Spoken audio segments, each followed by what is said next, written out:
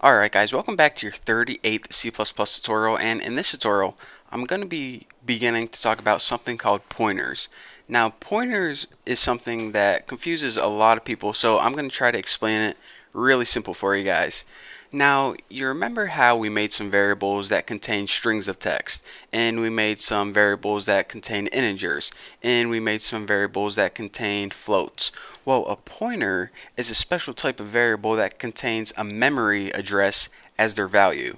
Pretty weird, huh? So let's go ahead and the first thing we need is a plain old integer variable. So let's go ahead and make a variable called fish and set it equal to the value of 5. It doesn't really matter what the value is, to be honest. So anyways, we have a plain old variable named fish. Now let me go ahead and show you guys how to retrieve the memory address of this variable. So as you probably already know, this variable called fish is stored somewhere on our computer, somewhere in the memory, who knows where. So sometimes we need to be able to access where indeed that memory is. So in order to do that, you go ahead and you write the and sign, and the and sign is called the address operator. And now whatever variable you type after it, this means the address in your memory of fish. So if you go ahead and print this out on the screen using cout, and might as well end that line. Hello, can't type end line today. End L. There we go. And we go ahead and build and run this. We see that we get this weird hexadecimal, who knows what this is. This is actually the memory address of where the variable fish is. So again, like I said, the first thing we need to find the address of something is of course a variable, because we need to find the address of something. And in order to find the memory address of the variable, you go ahead and you write the and sign right before the variable, and then those two combined pretty much tell your C++ compiler, alright, I want to print out the memory address of fish, not the variable fish itself. So this is of course the address of where your variable fish lives. Now you're saying, alright, well, you just went over address operators. I thought you were going to go over something called pointers. Well, let's get into that right now.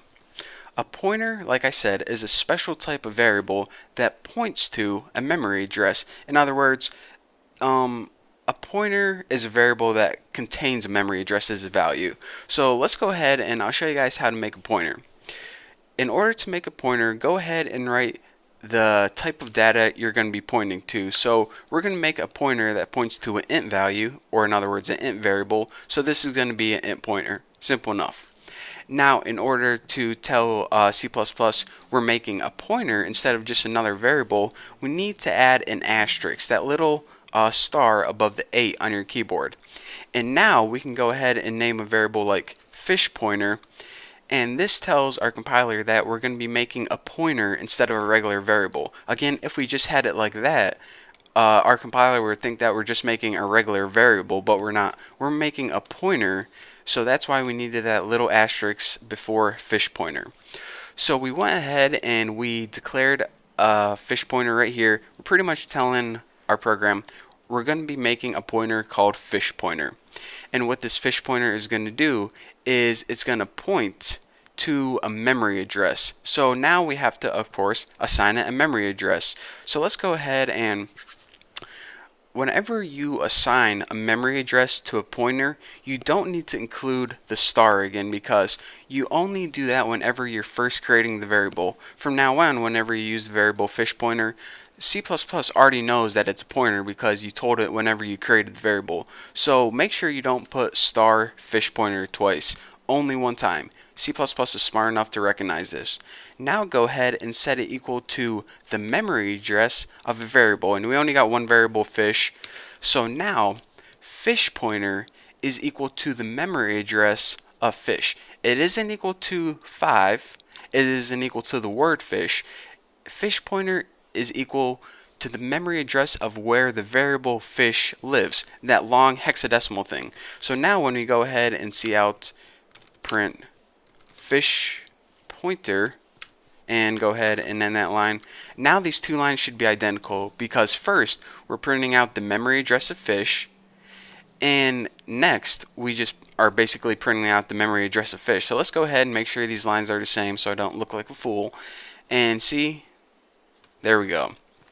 So basically, we know how to print out the memory address of a variable using the memory address operator. That's a pretty nice name for it. So then I taught you guys how to create a pointer, and all a pointer was a special type of variable that had a memory address as its value. So again, whenever we ran this, we can't assign this to an int because it's not an integer. We can't assign it to a float because it's obviously not a float. So we have to assign it to a special type of variable called a pointer. So that's why you need to be able to use pointers. And of course, when we just printed it out the memory address. Pretty cool, huh? So that is your basics of what a pointer is, how they're created, and how you obtain the memory address of a variable. So now with all that knowledge, we can begin programming, and we're actually going to use these pointers in programs, and they're actually useful for something, believe it or not.